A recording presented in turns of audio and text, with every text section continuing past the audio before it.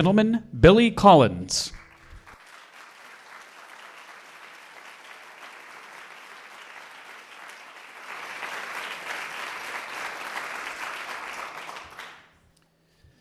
Good evening. What a thrill and an honor it is to be here, and how grateful we are to the President and Mrs. Obama for hosting this, for drawing attention to poetry in America. I'm only sorry that so many of my fellow poets could not be here to join us tonight. Well, not really. It's important that I'm here. One of my poet friends phoned me earlier in the week and said, you know, you're going to make so many poets jealous going to the White House. And I said, well, isn't that the whole point of writing? I mean, and then he reminded me that the point of writing was to marry truth and beauty. So hats off to him, but he's not here either. So.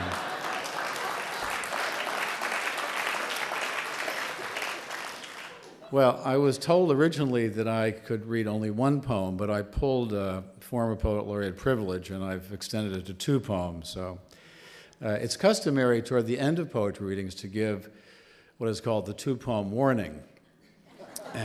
But I'm going to start by giving you the 2-poem warning, so you've been warned.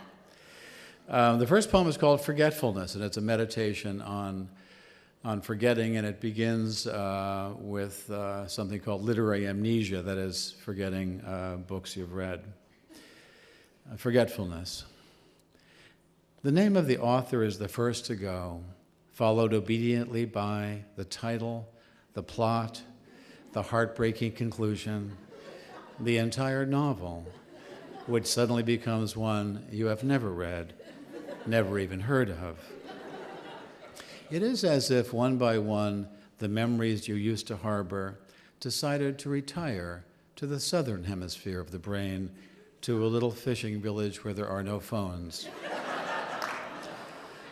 Long ago, you kissed the names of the 9 muses goodbye, and you watched the quadratic equation pack its bag. And even now, as you memorize the order of the planets, something else is slipping away, a state flower perhaps, the address of an uncle, the capital of Paraguay. Whatever it is you are struggling to remember, it is not poised on the tip of your tongue, not even lurking in some obscure corner of your spleen. It has floated away down a dark mythological river whose name begins with an L, as far as you can recall. Well, on your own way to oblivion, where you will join those who have forgotten even how to swim and how to ride a bicycle. No wonder you rise in the middle of the night to look up the date of a famous battle in a book on war. No wonder the moon in the window seems to have drifted out of a love poem that you used to know by heart. Thank you. Thank you.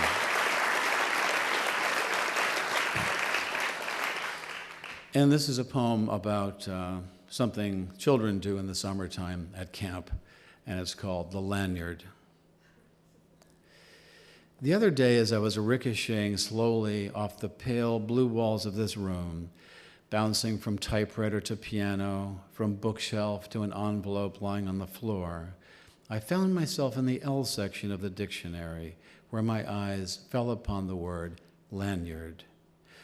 No cookie nibbled by a French novelist could send one more suddenly into the past, a past where I sat at a workbench at a camp by a deep Adirondack lake, learning how to braid thin plastic strips into a lanyard, a gift from my mother. I had never seen anyone use a lanyard, or wear one if that's what you did with them, but that did not keep me from crossing strand over strand again and again until I had made a boxy red and white lanyard for my mother. She gave me life and milk from her breasts, and I gave her a lanyard.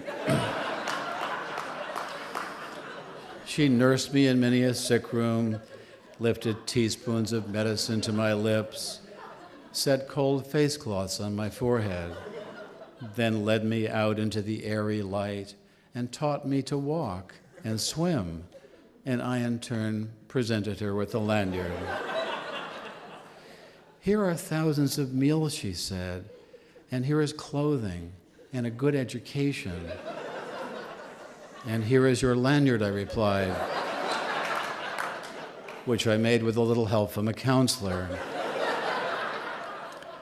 Here is a breathing body and a beating heart, strong legs, bones and teeth, and 2 clear eyes to read the world, she whispered. And here, I said, is the lanyard I made at camp. And here, I wish to say to her now, is a smaller gift, not the archaic truth that you can never repay your mother, but the rueful admission that when she took the 2-tone lanyard from my hands, I was as sure as a boy could be that this useless, worthless thing I wove out of boredom would be enough to make us even. Thank you.